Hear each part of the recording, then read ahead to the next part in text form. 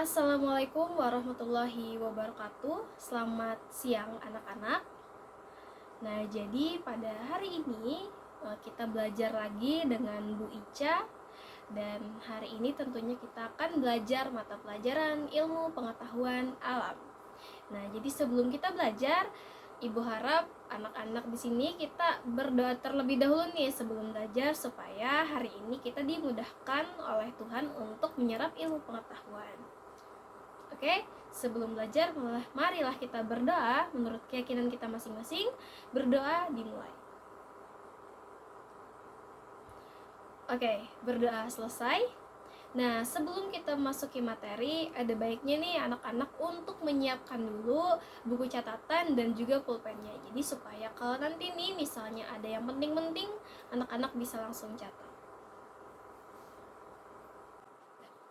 Sudah? Nah, kalau sudah, sekarang Ibu mau ingatkan kembali, kemarin kita sudah belajar tentang pencemaran lingkungan. Nah, jadi kita sudah belajar tentang pencemaran lingkungan.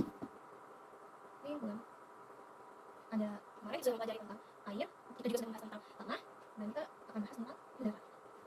Oke, nah mengenai tentang pencemaran udara, Ibu mau nanya nih, anak-anak pernah gak sih pas waktu di jalan raya atau di jalan nih yang banyak polusinya biasanya, pernah gak sih batuk? Nah, kenapa sih kita jadi batuk? Nah, ternyata kita batuk itu ada benda asing atau benda yang tidak seharusnya ada di dalam tenggorokan kita, dan benda tersebut akan otomatis dikeluarkan oleh tubuh kita terhadap kita. Jadi dia benda asing, lalu benda asing tersebut masuk ke dalam tenggorokan itu kan salah satu sistem pernapasan kita. Kayak apa aja nih tempat saluran pernapasan kita, mulai dari hidung, tenggorokan, ya trachea, lenfus, alveolus. Nah, jadi tenggorokan biasanya debu-debu atau polutan yang masuk akan dibatukkan atau dikeluarkan supaya dia tidak jadi masuk ke dalam pernapasan kita. Nah, dari mana polutan itu? Ya, ternyata polutan itu datangnya dari asap motor ya, asap knalpot dari motor, bisa dari mobil gitu kan. Banyak dari transportasi kita yang mengeluarkan polutan. Oke, nah sekarang Ibu mau kalian semua tadi untuk buka buku catatannya dan tulis nih, apa sih itu pencemaran lingkungan? Setelah kita berdiskusi panjang tadi, dan tulis versi kalian. Oke, sudah. Nah, sekarang pada hari ini kita akan membahas tentang pencemaran udara. Nah, apa sih itu pencemaran udara?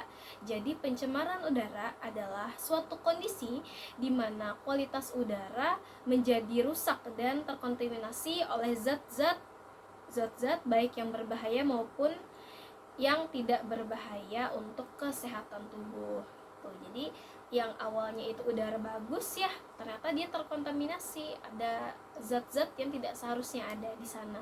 Maka udara tersebut kita katakan udara yang tercemar. Oke. Nah, sekarang apa aja sih zat-zat yang menyebabkan pencemaran udara?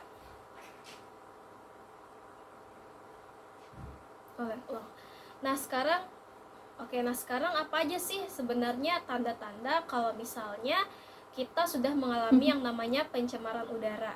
Contohnya, pernah gak sih di sini anak-anak mendengarkan tentang hujan asam?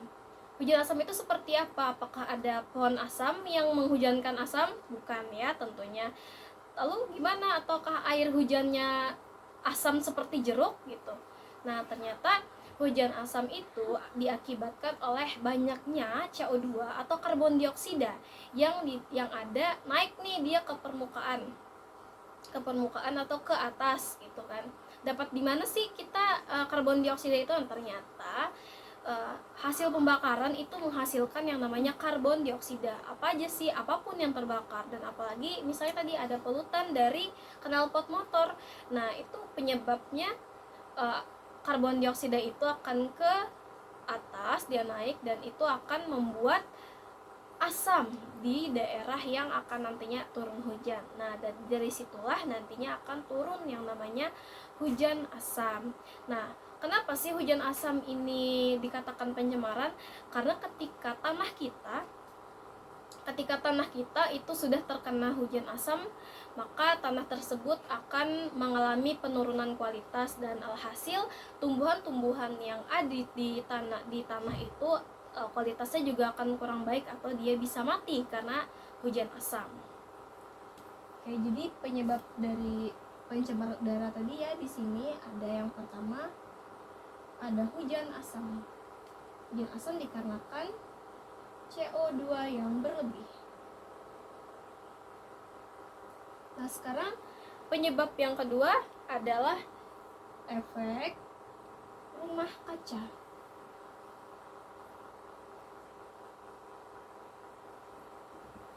Ternyata rumah kaca itu bikin polusi ya, atau rumah kaca bikin pencemaran udara ya, berarti kita nggak boleh dong pakai kaca rumahnya, atau gimana nih? Atau rumah kaca yang buat tanaman itu ya yang nggak boleh? Tidak. Ternyata efek rumah kaca itu bukan secara harfiah bukan rumah kaca yang kita lihat atau rumah yang menggunakan kaca, bukan. Tapi efek rumah kaca itu adalah suatu kondisi di mana bumi kita itu menjadi panas atau mengalami peningkatan suhu.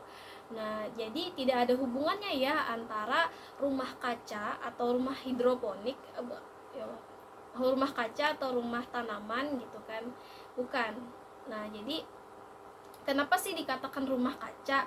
Nah, kalau misal anak-anak di sini pernah memasuki greenhouse gitu kan, atau rumah hijau, biasanya bisa disebut dengan rumah kaca, greenhouse atau rumah hijau.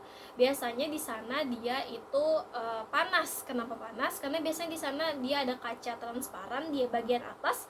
Nah, tugas dari kaca itu adalah memerangkap panas. Supaya apa? Supaya tumbuh-tumbuhan yang ada di dalam greenhouse itu menjadi tumbuh-tumbuhan yang cepat dalam berfotosintesis, sehingga tumbuhan-tumbuhan itu menjadi lebih cepat besar dan cepat untuk dipanen. Nah, maka dari itu dikatakan rumah kaca karena dia memerangkap panas. Nah, begitu juga dengan efek rumah kaca.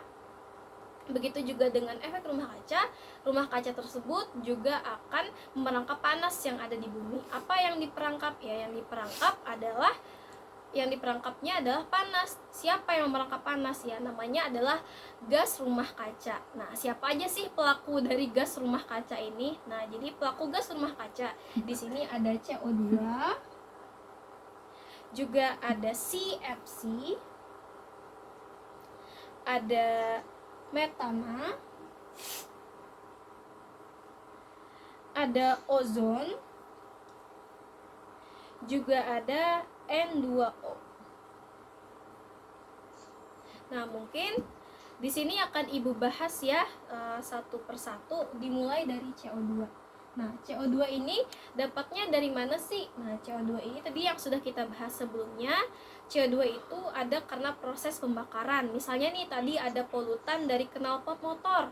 Nah, dia itu akan menjadi CO2 yang nantinya akan merusak udara kita. Jadi pembakaran di sini. Pembakaran apa aja? Apakah hanya pembakaran bahan bakar motor kita? Enggak, ternyata juga dari asap pabrik juga bisa dia menghasilkan CO2. Nah, sekarang CFC. Wah, apa itu, Bu? Apakah itu merek fried chicken, Bu? CFC itu bukan. Nah, jadi CFC yang Ibu maksud di sini adalah klorofluorokarbon. Nah, apa itu klorofluorokarbon? Jadi klorofluorokarbon biasanya tuh kita dapatkan dia di pendingin. Apa aja sih yang sifatnya mendinginkan?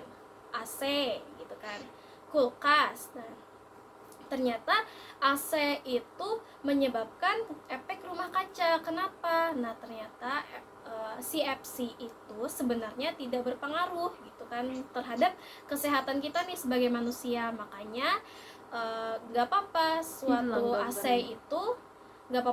AC itu tetap ada di rumah gitu, karena dia tidak berbahaya untuk kesehatan kita. Nah, namun ternyata dampak buruk CFC itu bukan secara langsung ke kita, tapi dia akan menjadikan gas rumah kaca.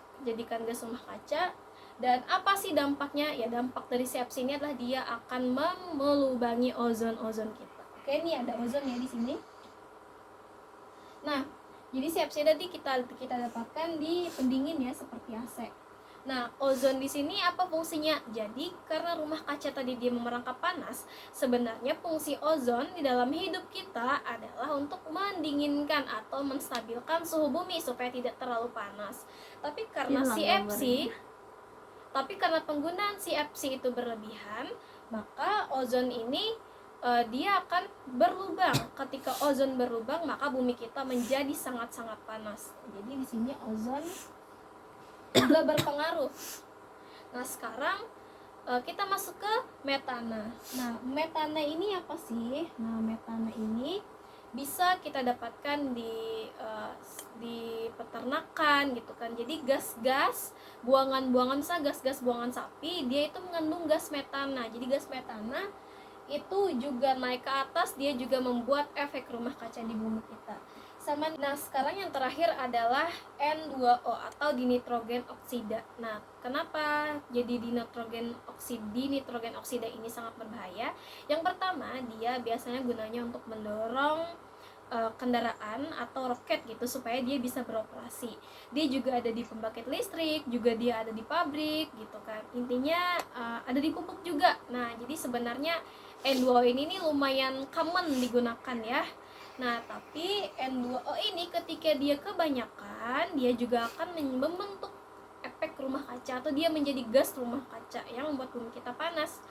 Sekarang apa sih dampaknya di nitrogen oksida ini, atau apa sih kenapa sih efek rumah kaca ini sangat berbahaya bagi kita yang ada di bumi ini? Bayangkan ketika kan yang memfilter cahaya matahari itu kan adalah ozon ya, ozon kita. Tapi ketika ozon kita berlubang misalnya dikarenakan si Fc yang melubangi ozon, apakah kita akan tetap aman sama sinar matahari? Sinar matahari kita kan yang biasanya tuh ada radiasinya. Nama radiasinya adalah radiasi ultraviolet. Nah, ketika bumi kita sudah tidak bisa lagi melindungi kita semua dari radiasi ultraviolet, apa kira-kira? Nah, jadi radiasi ultraviolet itu ketika dia langsung terkena kulit kita, dia selalu memberikan cahaya kepada kulit kita tanpa difilter, maka radiasi itu akan menyebabkan abnormal atau sel kita menjadi abnormal. Lalu kalau sel kita tumbuh secara abnormal, kira-kira apa? Ya, kira-kira kita bisa menjadi kanker di dalam kulit kita karena pertumbuhan sel yang tidak normal. Oke, jadi sangat-sangat berbahaya ya anak-anak kalau misalnya kita tidak menjaga lingkungan. Oke, sekarang indikator yang ketiga adalah kerusakan lapisan ozon. Sebenarnya tadi tentang lapisan ozon ini sudah Ibu singgung di bagian efek rumah kaca.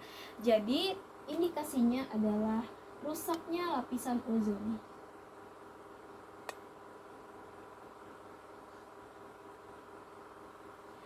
Apa tadi ciri-cirinya rusaknya lapisan ozon kita? Ya, ciri-cirinya adalah bumi kita itu menjadi sangat-sangat panas gitu kan. Jadi ketika bumi kita sudah sangat-sangat panas, dan panas itu sangat menyengat dan memerangkap gitu. Terus juga banyak orang yang mungkin kena kanker kulit karena dia terpapar ultraviolet. Nah, itu artinya lapisan ozon kita itu sudah rusak oleh si Fc. Oke, nah jadi dari semua pemaparan materi yang sudah Ibu berikan hari ini nih, Ibu mau tahu dong sekarang apa sih yang bisa kalian sadari dari materi hari ini. Jadi pertanyaan Ibu yang pertama, jadi mohon kalian untuk bisa mengeluarkan catatannya lagi, untuk mengeluarkan pulpennya juga, dan catat pertanyaannya, jawab di buku kalian masing-masing. Oke, semua orang memiliki jawaban yang berbeda-beda, it's okay. Jadi pertanyaan yang pertama adalah, apa yang ingin kamu lakukan untuk menyelamatkan lingkungan kita? Oke, sudah dicatat. Pertanyaan yang kedua adalah, ungkapkan seberapa penting bagi kita semua untuk bisa menjaga lingkungan. Nah, itu saja materi hari ini dari Ibu. Semoga anak-anak sekalian bisa menyerap ilmu pengetahuan, dan ilmu pengetahuannya juga akan bermanfaat untuk kehidupan sehari-hari dan juga ke depannya. Oke, Ibu akhiri pertemuan pada kesempatan kali ini. Wabillahi taufiq wal hidayah. Wassalamualaikum warahmatullahi wabarakatuh.